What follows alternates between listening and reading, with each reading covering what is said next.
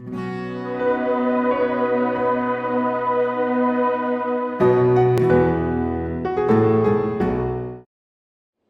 we have the next question from the mic over the other side? Please post your name and your profession. A very good evening, Doctor. My name is Reva, and I'm a psychology student as well. The 9/11 question was from my sister. But I'm not talking about 9/11. I have a separate question, and I'm having a sore throat, so I'll make the question quick before I run out of my voice. Well, I went to a Christian school, and there I'm surrounded by a very good number of narrow-minded people, and their narrow-minded people's beliefs are anything except for Christianity is devil worship.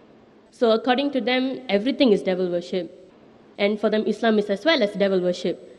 But I don't see it that way, because if this is devil worship, it won't be the number one religion in the world. So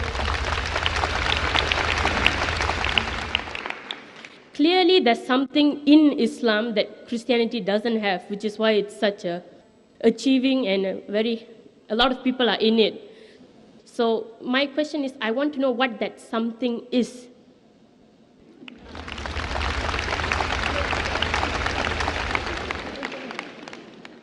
Sister asked the question that she went to a Christian school, she was surrounded by Christians who she calls narrow-minded. Here you're surrounded with broad-minded people, mashallah. So she says that Christianity says everything besides Christianity is devil worship, but she says that Islam is the fastest growing religion, maximum followers. So what is it, the in thing, that people are inspired towards? Sister, I've been in this field for dawah for more than 20 years. More than 20 years I've been in this field of dawah. And I've met many people who have reverted to Islam, from Christianity, from Hinduism, from Buddhism, from Sikhism. And each one is inspired by different things. But the most common factor among the people who accept Islam in my survey is the belief in oneness of God. The other people theoretically say, Ek Ishwar, Ek Paramatma, but practically they don't follow it. Christianity says believe in one God, but they say Father, Holy Spirit, and the Son. They talk about one, but they practically believe in Trinity. So Islam is the only religion which speaks and practices Tawheed, monotheism. So this inspires a person about the one true God unity. And unlike other religion where you can see that, God fighting among themselves, one God is taking the help of another God, and the devil can defeat the God. So all these things, a normal person thinks is illogical. How can God be defeated? How can God die? In some religions, God dies also. So if God dies, then who rules the world? So when you see all these things logically, people normally blindly follow. These blind beliefs are not there in Islam. Therefore, Quran says that, do you not understand? This is for men of understanding. Even in my talk I said that God Almighty made the heavens and the earth and made in colors and languages. Verily, it's a sign for those who understand. Quran is a book which convinces the logic. In spite the media today being against Islam, you can imagine the power that the amount of billions and trillions of dollars they're pumping against Islam to degrade it, yet it is the fastest growing religion. So that's a miracle. Allah says in the Quran, in Surah Imran chapter 3, verse 54, Makaru makarallah wallahu khairul makirin. They planned and plotted, Allah too planned. Allah is the best of planners. So in this way, the major factor is that Islam is the most logical religion. There may be certain things which they may feel, oh, it's bad, it's like that. But when they come close to it, like today, Islam is maligned. One thing is terrorism, second is that there are no women's rights. If there are no women's rights in Islam today, out of the Americans accepting Islam, 2/3 are women. So why are the American women accepting Islam? Out of the Europeans accepting Islam, 2/3 are women. If Islam is a religion which does not give rights to the women, then who's forcing the European and American women to accept Islam? Because they find the security. They have been and seen the world and lived, talking about liberalization and modernization. They realize the real spirit is then the religion of Islam. So when they really practice, some people may really get inspired, okay, because there's hijab, I want to accept Islam. Some people only hear the azan and they accept Islam. So people have different things, but the main thing, the core factor is the Tawheed. So whatever they're inspired by, once they come to Tawheed, the oneness of God. He is our creator. He is our sustainer. He is our cherisher, which was the core factor of my talk today. And these people who accept Islam, they become more practicing than those people who are born in a Muslim family. Sister, do you believe there's one God? Yeah, I do believe there's one Do you God. believe and- idol worship is wrong? Excuse me? Do you believe idol worship is wrong? Yes, Do you believe Prophet Muhammad is the messenger of God? I want to. So why don't you? Because I'm not inspired yet. I want to be inspired. It's nothing like inspiration. If you say you want to, if somebody is stopping you from, Myself, I want to be inspired. I want to know that that is the truth and that's the only right. So truth. maybe you coming to the lecture is not enough inspiration.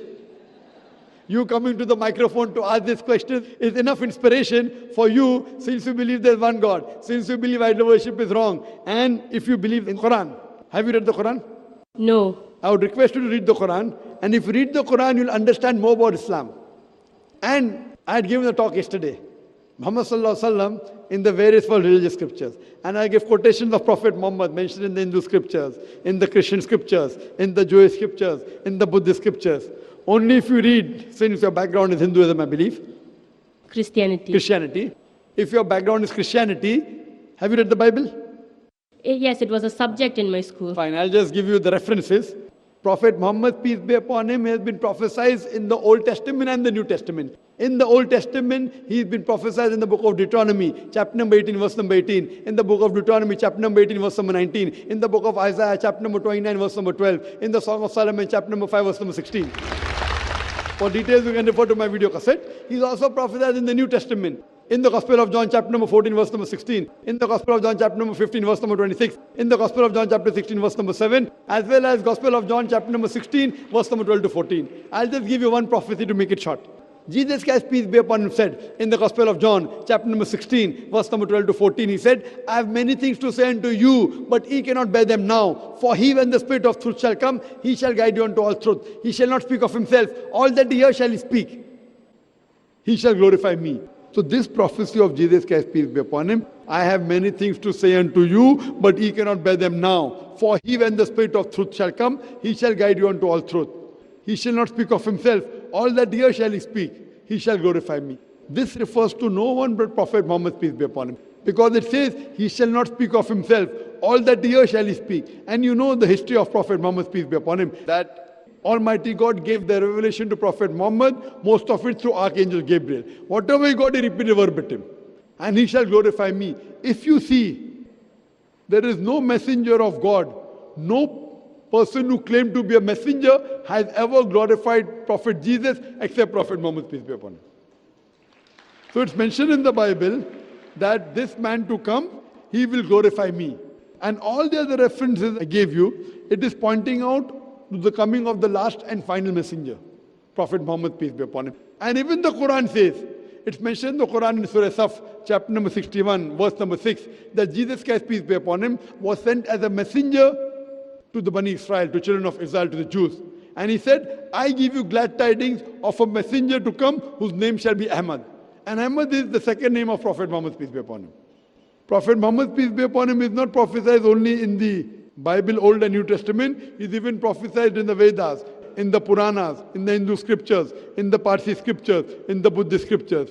As I was saying earlier, that even though the scriptures have been changed, even if the scriptures have been manipulated, yet there are remnants in the verses of that scripture about the oneness of God, that's Tawheed, and about Prophet Muhammad being the last and final messenger. Now, Doctor, since that I've never actually read the Quran, may I humbly request that can I have a translated version of the Holy Quran? Sure, inshallah, I'd request my wife to hand over a translation of the Quran. She will inshallah hand over the translation. And I request you that please read the translation. And inshallah, if you have any question, you can either ask to a local Dawah organization, or you can ask to Islamic Information Services, or you can write to us, email, it's a global village. You can send the email to islam@irf.net. irf.net, it's the short form for the organization Islamic Research Foundation. And inshallah, we'll try our level best to clarify your doubts. Hope that answers the question. Thank you, Doctor. You're welcome.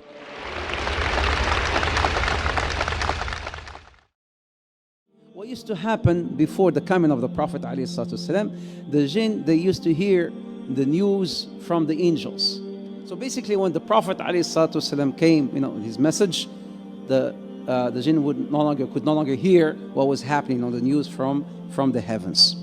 So this group of jinns, Nusaybin, they were roaming around and they heard our beloved Prophet Muhammad sallallahu alaihi wasallam reciting the Quran.